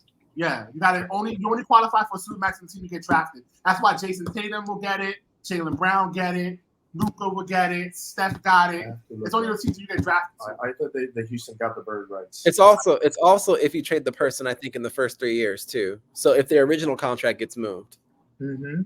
It's both. Okay, so I'm gonna take the word. I'm gonna go with my team real quick. The hot potato is definitely, in my opinion, has to be in the Philadelphia 76ers. Ooh. Yeah. I'm tired of the Joel Embiid memes crying, and since Kawhi literally beat him with that blocky shot. At the end of the day, it's what happened. Again, I'm also going to agree with the kid. He just cried enough to get an MVP. I've never seen it before, but guess what? I guess Silver said, you know what? I guess he deserved it. I guess it was probably the bias that a lot of people were not sure about giving Jokic a third MVP, right? And they basically said, I guess we're going to give it to the second guy running up, okay? That's probably going to be one MVP that the league is going to look back and say, you know what, we regret that. Probably they're doing the same thing with James Harden MVP. Who knows? Because they were going with the bias against Stephen Curry, right? Oh, my God, we can't have Stephen Curry win 3 MVPs. Yep. Well, right now they're talking about finally he's the best shooter in NBA history, okay? So I think Philadelphia is just a hot potato in the sense of like, there's been conversations between Joel Embiid and his boy in Miami, Jimmy Butler. I'm not saying that he's going to play there, but it's just that if I'm the Philadelphia 76ers, I'm worried, okay? Because at the end of the day, even though Joel Embiid has done nothing in the NBA, it's just like the Luka situation in Dallas. He's just a superstar. He's putting 30 points a game. He's dominant, okay? He might not be dominant enough to get out of the second round, but that's better than being at the bottom of the East, which is already trash, okay? So if Philadelphia doesn't do anything, I think for Philadelphia to actually get quiet, we also know that the fans are horrible, okay? And they put a lot of pressure on the team. If they don't get to an Eastern Conference Finals, or no, let me put it even further. They have to go to the NBA Finals for us to actually say, okay, they finally did something. And you know what? They don't have the team for that. James Harden still is still making RSVPs for the next strip club that's going to open in Philadelphia. He's thinking of taking Danny Green. Danny Green is in the NBA, guys. You know that he's in the Philadelphia 76ers roster. Really? Right there. Look at the screen. 6 people. No. 36-year-old. He's still on the record. They got Pat Beverly too. They got Montrezl Harrell, another NBA guy who was in the Lakers, and supposedly they say that they get better once they get out of the Lakers. They're getting happy with Montrezl Harrell. Dang. PJ Tucker too. Oh yeah, this is the senior NBA team. I didn't know. They're missing Bobby Portis. First team all geriatric. All right, D'Angelo, you're the last one. Who's your team? I'll make it short and sweet because I said it on the last round. Golden State. They have the most pressure. The dynasty. This is it's coming to an end. 3-2-1. This is their last gasp. What are you gonna do? That's true. Perfect. And let's go to the last category. We're finally going to decide who we believe here at NBN is going to be the NBA Finals champion. We chose the Lakers from the West, the Celtics from the East. Let's start with Sherm. I know who you're picking. That's why I wanted to give it a good start. Who are you picking to win the NBA Finals? To win the NBA Finals has got to be the easiest. Go get this money out of Vegas right now. Put your money on the purple and gold. The Lakers have a window. It is LeBron, it is AD, and it is probably the best supporting cast we've seen, even counting that 2020 season of the championship. I think this team is better than that 2020 season team. And now they've got all the pieces in place. It's easy money. Lakers, this is their year. They don't have any confusion. They've been playing together. I agree 100%. Same thing. I'm going to go with the Lakers to put them 2-0. Shocker, right? Shocker. Sergio, the kid. Who do you got? Lakers or Celtics? I'm gonna go with I hope Jason Tatum does it. I just don't believe it, man. Lakers will win. It hurts because I'm not a Laker or a Boston fan. I'm a Knicks fan, so it is what it is. Lakers in 6. Bron gets another Finals MVP. Bron goes into the sunset with his 5th ring. I don't know, he might come back with his kid. Lakers are loaded. That bench is second to none. Hey, Angelo, listen, bro. Angelo, I have no pleasure saying this. So, I hope Jason Tatum actually wakes up and realizes that they pay him to play basketball and shows up. But it's the NBA Finals, so we know that Jason Tatum is allergic to prosperity. Correct. Somewhere Jason Tatum is watching this, and he's like, I am the 3rd highest paid player on this team. Like, Drew Holiday makes more money. Jaylen Brown makes more money than Jason Tatum. Like, I don't understand. For now, he's another supermax. Right, he's eligible. For now. All right, Eagle. Yeah, it's the Lakers to take. To be honest, I don't think that even though we took the Celtics to win it in the East, even if it's some other team, I don't see any other team beating the Lakers right in the NBA Finals. It's just that's how deep stacked the Lakers are. So it has to be them. Yep. D'Angelo. Okay, well, I've been holding this to the end, so Oh my God. I hope everyone's sitting down. And this is coming from a former Lakers fan. So when my family see this, they're going to be shocked. But I don't even have the Lakers making the playoffs. I see them. Somebody cut the feed. Somebody cut the feed. See them at the 9th or 10th seed playing in the play-in and getting eliminated by you name it. The West is so deep. Maybe Memphis, maybe the Timberwolves, maybe. Wow. Okay. You That's name a it. hot take for real. Teams from the West is gonna beat them in the play-in game. So I don't even got the Lakers in the finals. That was a consensus pick by the group. My pick was OKC. So with that being said, I got Boston. Hot take. Lakers don't make the playoffs. Hot take. LeBron and Anthony Davis combined don't play more than 100 games. Wow. Hey, you Laker fans are gonna let that slide? Hey, NBN Studios needs to cut the feed right now. This is the most ridiculous take I ever heard.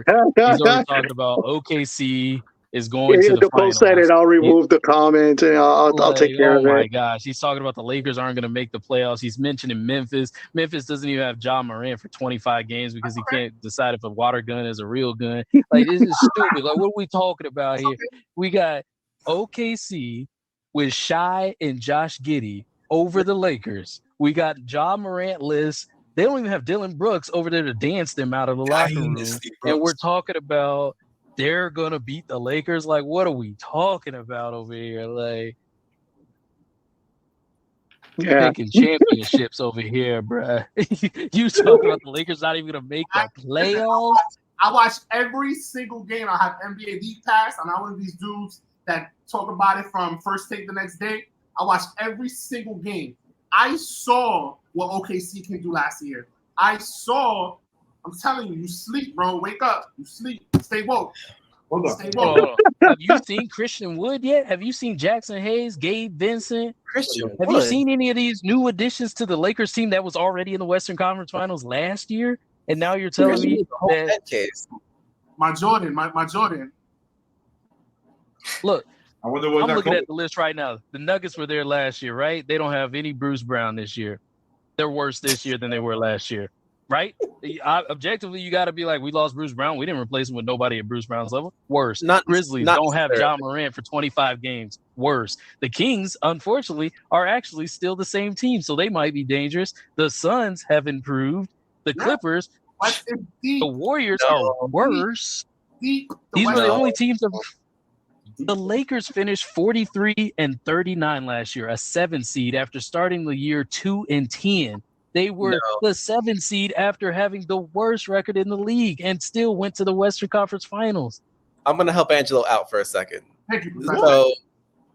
So when you look at the Memphis Grizzlies, right, you stop and you say, okay, Ja Morant's out, and they lost Dylan Brooks. Well, exactly. They're better without him. Yeah. Not only are they better without him, but they also brought in Derrick Rose, who can still play a little bit. But more importantly, they brought in Marcus Smart. So when you're looking at it, will they be able to keep the lights on without Ja Morant? Yeah, they will be for those 25 games. And then when you add Ja Morant to that on the back end, that might actually end up looking pretty good, to be fair. When you're looking at a signature shoe, Ja Morant is generational real talent. You talking about Desmond Bain? Is that who's gonna sub in and be like, I can do what Ja Morant is doing? Like, who do you thought? We saw it. He's a hooper. Word up. We saw it. Yo, we saw him. Everybody can get big. You know what I'm saying? On one game. It wasn't just one game. We've seen it many times because Ja Morant stayed suspended last season. So all those times that man wasn't at work, we saw the Memphis Grizzlies find a way, and that's they had a winning record without him. They were 37-24 without Ja Morant in the lineup. Fair, but at the same time, we saw them still play decent basketball. So the point is, what was that?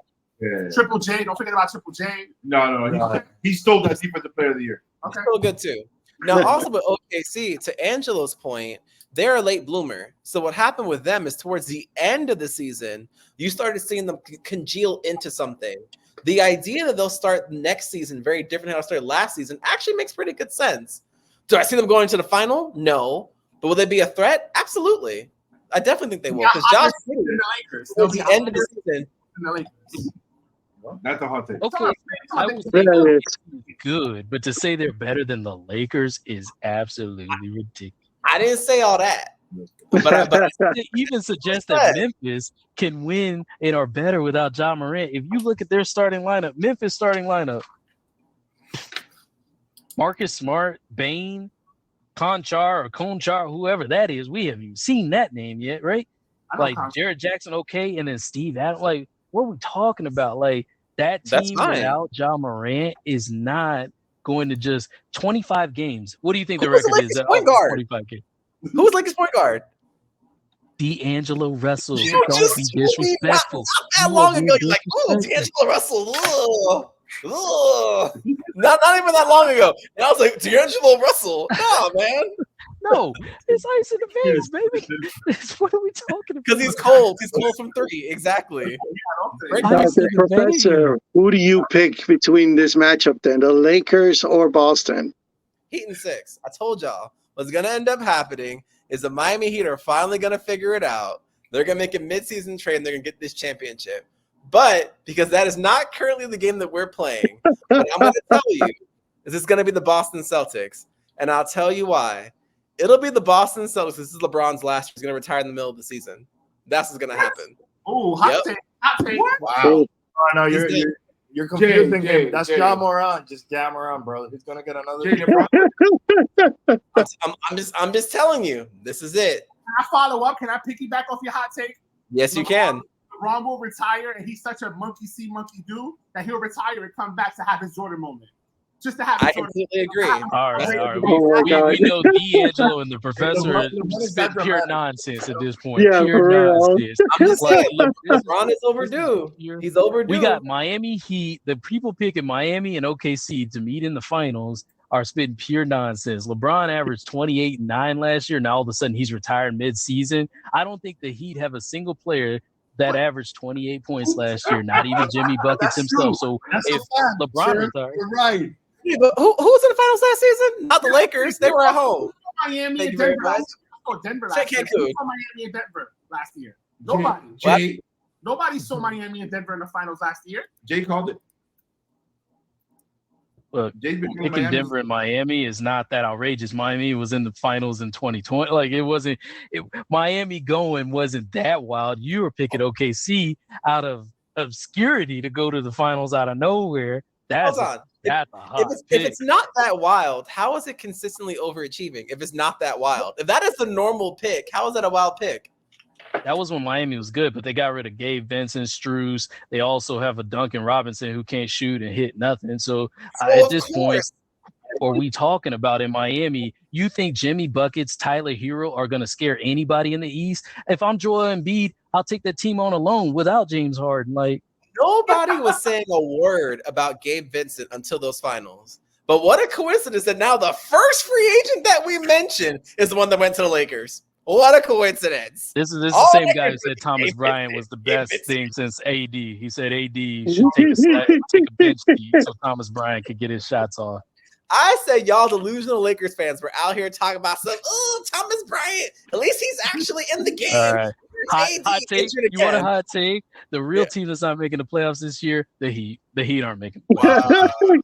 That's what everybody said last year, and look what happened. Finals again. The luck has run out. Well, whatever DJ Khaled was pumping on the sidelines, it's not helping you this year. It's over. We'll see. We'll see. All right, finally, LAMEBOT. Who are you picking between the Lakers and the Celtics? I love the offseason they had. Rajkumar was a great pickup. Everyone that they picked up in the offseason was dope. I just don't see it happening. Celtics put up 18. Celtics in 6. All right. We close down the line of 4 for the Lakers, 3 for Boston here at Nerd Breaking News. Thank you for tuning in for this long episode. And thank you for LAMEBOT for joining us today, as well as Sherm and D'Angelo. Go ahead and plug you guys, your channel. So go ahead, Sherm. Yeah, appreciate you guys having me. SCRAMfamily.com. Come check us out. But I appreciate being here discussing this with y'all, man. This is fun. Yeah, we definitely enjoyed it over here. D'Angelo, plug yourself in. Yeah. Just follow me on Instagram, Twitter, D'Angelo, as you see it on the screen. I drop more hot takes like this over stories, Instagram stories, and so forth. So if you like what you heard today, go give me a follow. And of course, LAMEBOT, go ahead and plug yourself. Yo, now this has been ridiculously fun. So thank you for having me on. I appreciate it. LameBot on Spotify, LameBot Music on IG, LameBotSucks.com for all the tunes. All right, and then for us here at Nerd Breaking News, go ahead and like, subscribe, follow us, and go ahead and put it out there. Who would you pick between the Lakers and the Celtics? Who do you disagree with? Let us know in the comments. Till then, this was Nerd Breaking News.